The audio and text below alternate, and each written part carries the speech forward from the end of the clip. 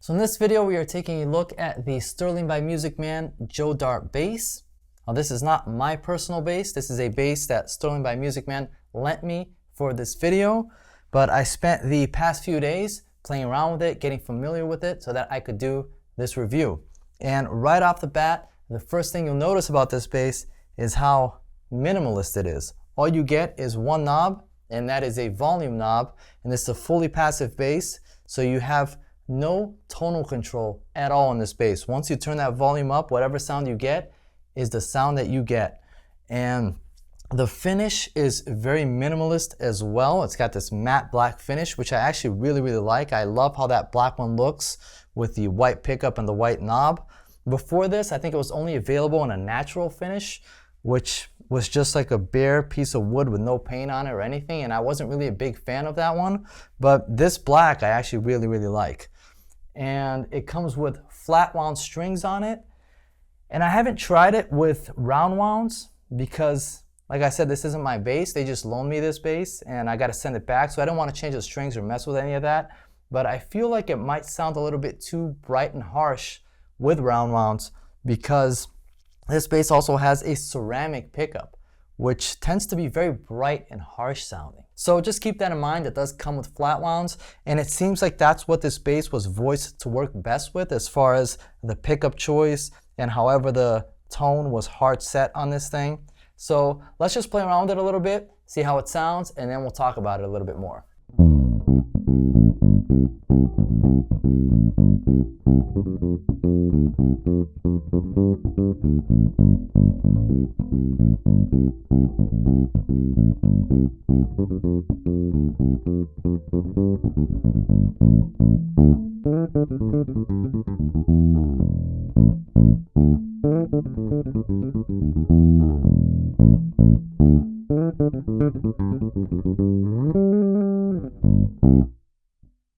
So it gives you an idea of the fingerstyle sound, a pretty interesting sound for a Stingray. And I do wish it had a tone control. I really miss that. I wish I could shape the sound a little bit more, you know, bring out the highs a little more, or throw on some round wounds and be able to tame those highs if I need to. I don't know why they did it this way. I guess maybe Joe Dart is a minimalist and he just wanted to make it as simple as possible, or he just knows exactly the tone that he wants and it's dialed in and all he needs is that volume knob. But it would be nice to have a little bit more versatility. And as far as the feel of the bass, the neck feels really nice. This bass actually feels a lot like the Ray 4, which I reviewed on the channel before, and I talked in that video about how much I like the feel of that bass, the feel of the neck and just everything about it. And this one feels pretty much the same way. If you look at the neck of both basses, the Ray 4 and the Joe Dart, I have them side by side here, and they look almost identical, look and feel identical. The headstock on the Joe Dart one is a lot smaller, not sure why, but other than that, the neck itself, they look pretty similar and they feel similar as well. So I do like how the bass feels. As far as the weight, it weighs about the same as the Ray 4, so if you've tried those, the Ray 4, some people call it the sub-series bass, the weight and the feel is about the same. So if you want to know what to expect as far as the weight and the feel of the bass, if you've tried that one, it's pretty much dead on. So let's play around with it a little bit more. Let's see how it sounds with slap. I'm not a big fan of slapping on flat wounds. I don't really like the sound or the feel of it, but we'll try it out. Some people love the feel of flat wounds, and it does feel really nice in the hands. It feels really smooth, and you probably wouldn't even get calluses from playing this because of how smooth it is. And for slides, it feels really smooth, but I actually enjoy the friction of round wounds, for slap especially, because when I'm playing and I'm plucking, I'm grabbing a string, I like how you have that friction and it just gives me a better grip of the string. Kind of when I slap on flat wounds, it feels kind of slippery to me. And I also don't really love the sound. But anyway, enough of that. Let's just try it out, see how it sounds, and keep checking out this bass.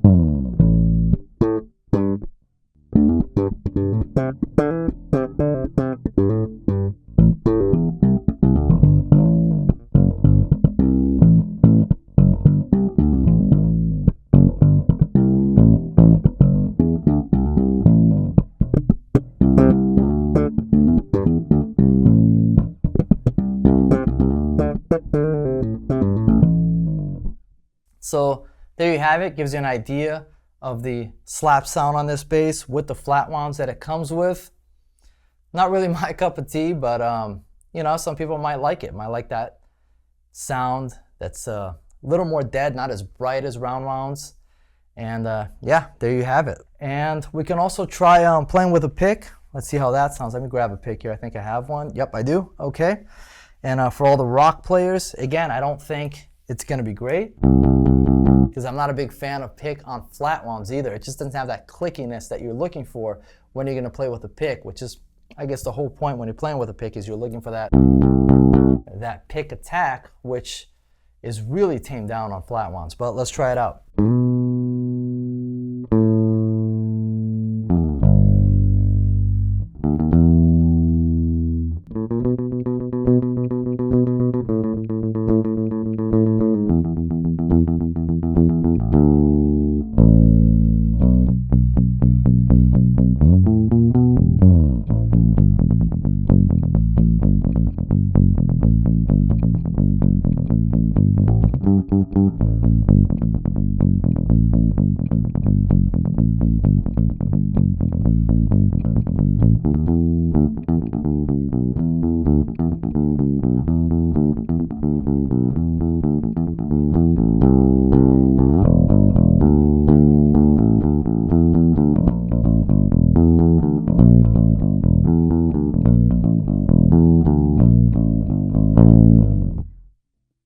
So there you have it, the pick sound. Man, I'm playing a pick on flat ones. I haven't done that in so long. That feels weird too. Again, that slippery thing that I feel with a slap, I feel it in the right hand with the pick too.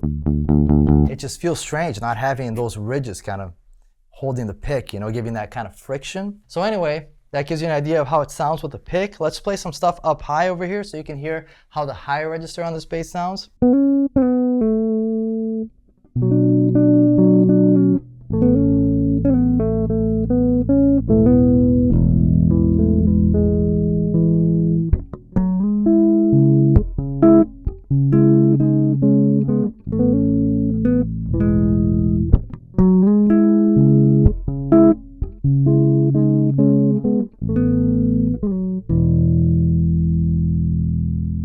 Again, probably not what you'd be using this bass for, especially with flat wounds. It just doesn't have that high end, that crispness that you get, you know, and with no tone control, kind of makes it a little bit tough. But anyway, that gives you an idea of how the bass sounds. Talked a little bit about how it feels as well, and that's important because the only way you can get this bass, as far as I'm aware, is you have to pre-order it before May 31st. So if you're watching this video far out in the future, it might be too late for you, unless they bring it back or do another run of these, but they're doing a limited run. So you have to pre-order it before May 31st, 2025, as of the time of recording this video. And yeah, that's the only way you can do it. You have to pre-order it and then they'll ship it out to you. So there's no way you can really try this in a store or anything like that. So if you're interested in this bass, make sure that you get it before that time runs out, because once it's gone, as far as I know, it's gone. Again, far in the future, they might bring it back. Maybe they'll make it a permanent model in their lineup. I'm not sure. But as of right now, as of the shooting of this video, this is the only way you can get it, is you pre-order it before May 31st of 2025. So as far as my final thoughts on this bass and what I think of it, I think it's a very interesting option for a Stingray. It's not for me personally. I mean, I'm not really much of a flat wound player. I do a lot of slap, a lot of tapping, a lot of chordal stuff, and I post a lot on social media as well, which that's one thing I've noticed with flat wounds is they sound great in a mix. They're great in a studio. When you're actually playing in a recording with a full band and everything, it sounds great, and how it sits in the mix just feels fantastic. But when you're playing on social media and doing the stuff that I do, with phone speakers and the way that people are listening to music, they usually just don't really cut through. It's very hard to hear, you know, when you have that nice old school dead flat wound James Jamerson Motown kind of tone. I love that sound, but when you listen to it on social media through phone speakers, it really doesn't cut through. You can barely even hear it. So for that reason and many others, I'm not really much of a flat wound player or a fan of this kind of sound, and the fact that it doesn't have any kind of tone control is a bit of a deal breaker for me personally.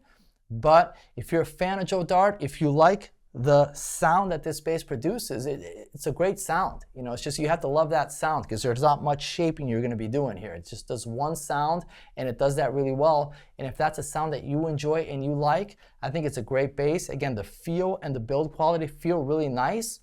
And I think for the price that they're charging, it really is a great deal. It really is. It's not expensive. It's not overpriced. I think it's underpriced, if anything, because the build quality is fantastic. It looks great. I really think what you're getting for the money is great if it's your thing. It's just for me, for my style of playing, for the sound that I go for, it doesn't really fit that. That doesn't mean it's good or bad. It's just a very, very personal choice, you know? But I do think as far as value for the money, what you're getting, I do think it's a really good deal. I really do. I think the build quality is great. I think the sound is great for what it is. Pickups sound really nice. You know, it's a great bass. It really is. So there you have it. I hope this video gave you a better idea of what to expect with this bass as far as how it sounds, how it feels, and helped you making a decision whether this is the right bass for you or not. So if you like this video, make sure you leave a like on this video. Subscribe to the channel if you haven't already, because I'm hoping to do a lot more reviews like this one. And leave a comment down below with your thoughts. What do you think of this bass? Do you like it? Do you not like it? Are you going to get it? Are you not? Leave any questions that you may have as well. I'd love to hear from you guys. And yeah, hope you guys enjoyed the video, and I'll see you in the next one. Thanks.